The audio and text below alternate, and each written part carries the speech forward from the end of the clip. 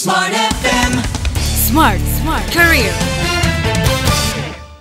Koron kabarnya modal itu identik dengan uang, tapi nggak juga ya. Ada banyak modal-modal lain yang kalau kita maksimalkan dari kapabilitas diri kita itu mampu menjadi modal yang sejati. Yuk kita belajar bagaimana modal menjadi humas bersama dengan founder PR Consulting, ada Kak Lolo Sianipar. Halo Kak. Hai. Sukses jadi PR itu indikasinya apa? Indikasinya di luar revenue. Udah berbau money. Adalah ya kita punya networking yang bagus ya. Karena kan namanya hubungan masyarakat. So di public relation kan ada banyak stakeholders ya, internal, eksternal gitu. Nah, kalau kita sukses menggunakan networking kita untuk pekerjaan kita, menurut aku sih kita udah cukup sukses ya. Ini berarti hard skill dan soft skill juga berpengaruh ya? Sangat. Terhadap perform sosok seseorang. Taruhlah Kak Lolo gitu ya. Apa hard skill yang mungkin perlu dipahami?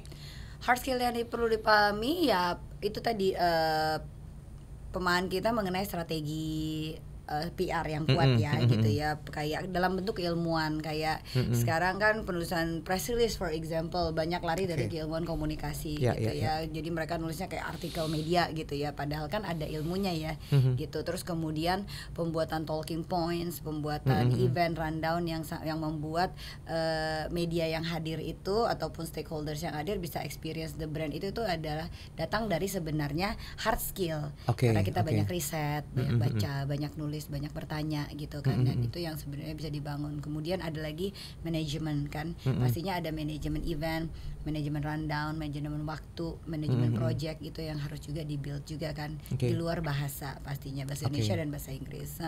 Oke, tadi hard skillnya, soft skillnya? Kalau soft skillnya itu negosiasi, lobby, komunikasi, dan kemudian nah sebentar, aku mulai bingung. Aku masukin networking itu di hard skill apa soft skill ya? Harusnya soft skill ya. Soft skill dong, itu kan kemampuan untuk berkomunikasi. Iya, networking gitu. Karena aku ingat banget awal-awal PR itu kita dapat klien itu banyak dari recommendation. Dari networking yang aku build selama perjalanan karir. Iya. Sebenarnya kalau PR consulting menjadi seorang humas itu kan modalnya kan tadi saya melihat dari sisi hard skill dan juga soft skill ya. Itu lingkup kerjanya seperti apa sih? Kok sehingga dua-duanya ini perlu diselaraskan gitu loh untuk bisa sukses menjadi seorang PR? Nah kalau itu aku sebenarnya nggak terlalu lihat jauh dari profesi lainnya ya.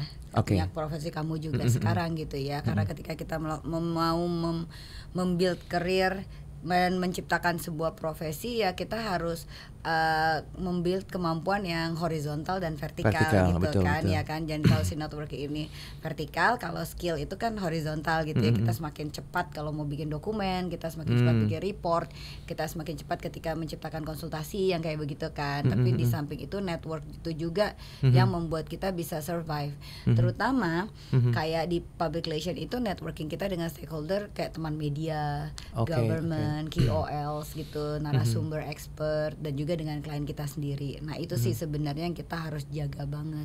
Makanya kalau di PR itu karena so far di Indonesia public relation itu sebenarnya stakeholder terbesarnya masih media unfortunately ya. Karena sebenarnya kan banyak ya stakeholdersnya. Nah makanya kalau kita di PR consulting itu hubungan dengan media itu perlu dijaga dengan sangat baik gitu. Dengan tidak ketika mengundang itu dengan penuh sopan, nggak ada tuh nanya naikin belum beritanya, nggak bisa kayak gitu, harus diajak ngopi dan kemudian certain budget memang disediakan untuk kita bisa menciptakan ngopi bareng, nonton bareng, ketemu kayak gitu. Itu sih yang harus kita miliki sebenarnya. Jadi sebetulnya kalau modal uang aja kemudian modal pinter ngomong itu nggak cukup ya untuk menjadi seorang PR ya.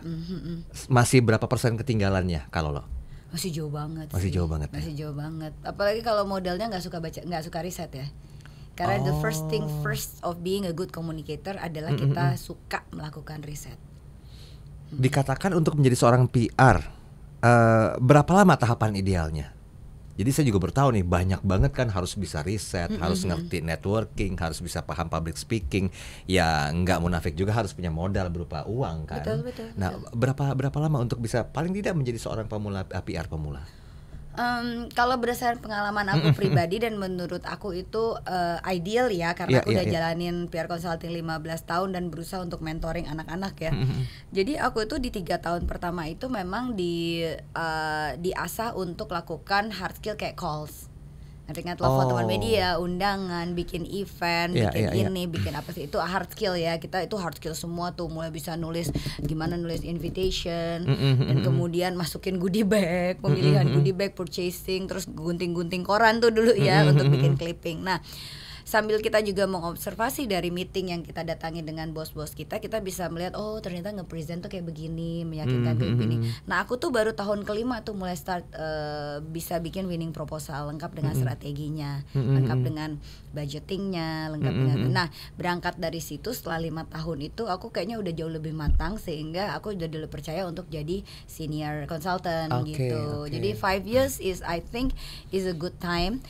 Tapi kalau dipikir di era itu aku tuh nggak punya Google atau internet atau AI. Jadi aku selalu bilang sama tim itu harusnya kalian dengan fasilitas yang kalian miliki sekarang kalian itu bisa jauh lebih cepat. Jadi for example aku build perusahaan setelah 10-11 tahun itu sebenarnya menurut aku harusnya anak sekarang udah bisa build perusahaan di 7 tahun dengan akses teknologi yang mereka miliki. Kan, dan juga workshop yang nggak terlalu mahal. Di generasi aku itu nggak ada. Jadi waktu itu karena aku cuman punya akses ke komputer dan internet hanya di kantor saja, ya kan, nggak ada lagi orang nggak punya handphone, ya kan, pulang ke rumah ya udah nggak ada apa-apa. Jadi aku manfaatkan banget di kantor itu tuh ngumpulin tuh semua proposal sampai puluhan gitu, terus baca dan lain-lain. Nah balik lagi memang kebetulan aku suka membaca ya, aku nggak tahu apakah itu advantage atau enggak gitu ya. Tapi for me now ya kayak aku bilang tadi, di usia aku yang udah nggak muda di COVID, aku masih willing to learn and read dan nonton YouTube sampai ratusan untuk bisa live streaming gitu. Itu yang membuat menurut aku tuh anak-anak sekarang itu harus punya keinginan untuk baca lebih banyak aja sih. Modal penting.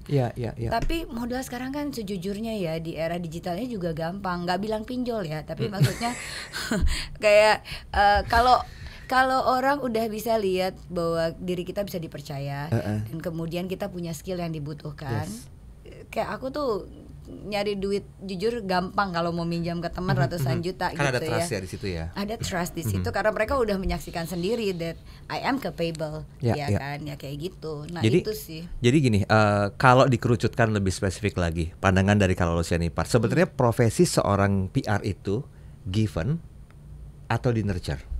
Nurture. Di nurture. Pasti nurture. Nggak ada, balik lagi kayak aku bilang tadi, I'm very consistent bilang nggak ada good communicator itu given. Ada sih yang cukup beruntung ya, datang-datang tiba-tiba udah life of the party dan udah bisa ngomong gitu kan. Contohnya kayak Soekarno atau Hitler bahkan kan memang itu udah dari lahir mereka udah jadi leaders gitu. Tapi yang banyak aku lihat dan saksikan yang sekarang itu mereka memang learn the communication and they like it, dan mereka memang punya keinginan yang tulus untuk sharing gitu ya hal yang mereka miliki. Kalau lo modal jadi humas, itu kan bahasan kita di Smart Career ya. Nah tapi kan menjadi humasnya sudah oke, tapi tiba-tiba untuk bisa maintain itu semua kan nggak mudah sebetulnya. Modalnya udah keluar, setidaknya kan berpikir secara logika bisnis kan ini mesti balik modal nih. Nah gimana caranya bagi orang yang sudah kuasai modalnya, hard skill, soft skill, udah jadi seorang humas, tiba-tiba dia harus maintenance. Langkah apa yang perlu dilakukan agar modalnya ini istilahnya bisa balik lah? Ini sebagai pemilik perusahaan ya? Iya. Oke. Kalau dari aku sangat sederhana karena kan sebenarnya di dalam public relation itu sendiri ataupun kalau misalnya di Asosiasi Pemilik PR Indonesia itu sebenarnya udah ada standarisasi rate card dari service yang kita berikan kepada klien. For example, apakah itu media interview atau itu press conference atau itu media gathering, actually itu udah ada rate cardnya. And then kalau kita udah paham sama klien kita dan diri kita bisa kasih rate card sesuai yang kita percaya kita selayaknya dibayar segitu, kan kayak gitu. So in my case karena aku juga udah senior, I know kita juga di PR Consulting nggak terlalu murah juga ya rate cardnya, tapi kita percaya sama diri kita sendiri, soalnya kita menemukan emang potensial klien emang percaya sama kita gitu sih. So the modal pasti balik. Kenapa? Karena ini adalah agency, jadi nggak ada stok barang, nggak ada production, yang dijual itu pure service. Iya kan, kita buka restoran atau bikin skincare gitu kan. Dan sebenarnya service itu akan sangat jauh lebih mudah untuk balik modal.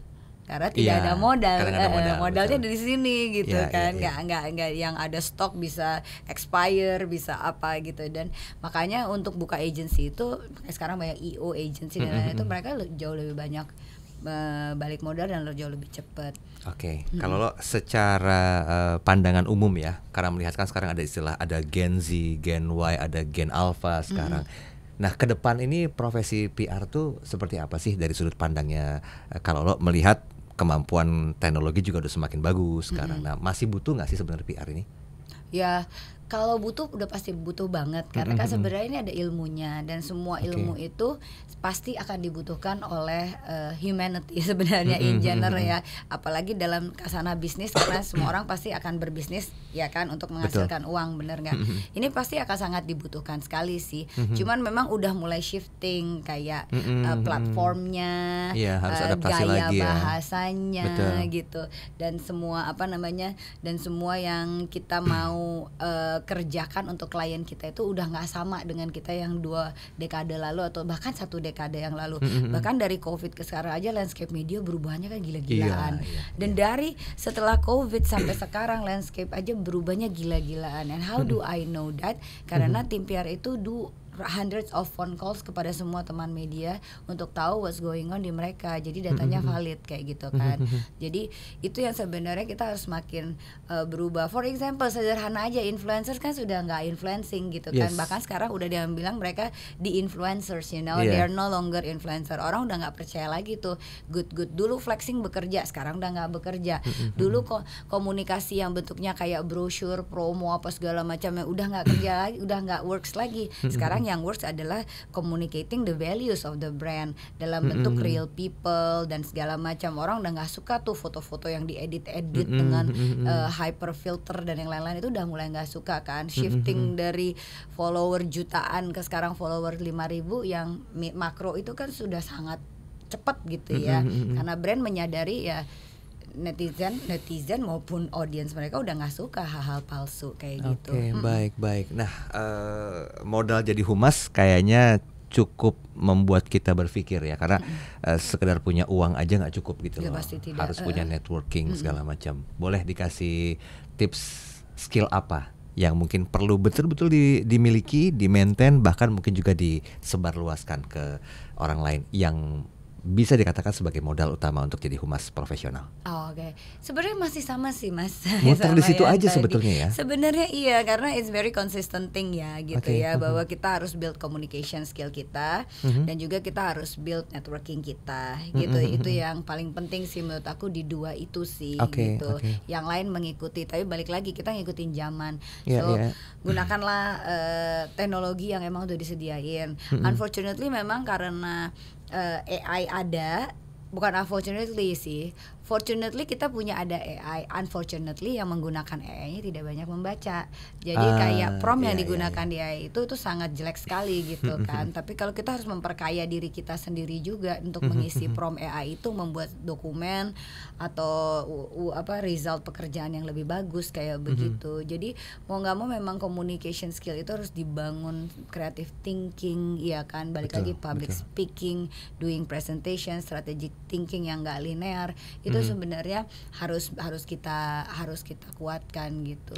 Rajin, kalau kebilang rajin bertanya, rajin ikut workshop dan temukan benang merah apa yang kita sukai sih dari situ gitu. Dan kemudian tulus berteman sama orang. Ini yang aku lihat sekarang itu the fake news. Udah mulai ya. Yang aku juga nggak suka itu kayak you don't want to spend time, energy, and resources untuk orang yang kita memang benar-benar pengen tahu dan pengen kenal gitu. Tapi ini bukan curhat ya? Enggak sih. Baik. I wish. Curhat juga ya, nyindir. Oke, kita sudah sampai di menit penghujung dari program podcast Smart Career.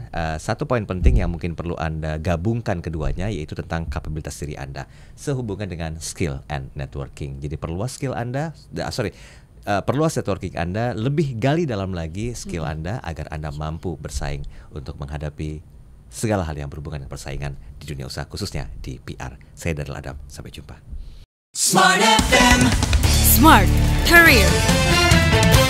Make your future better.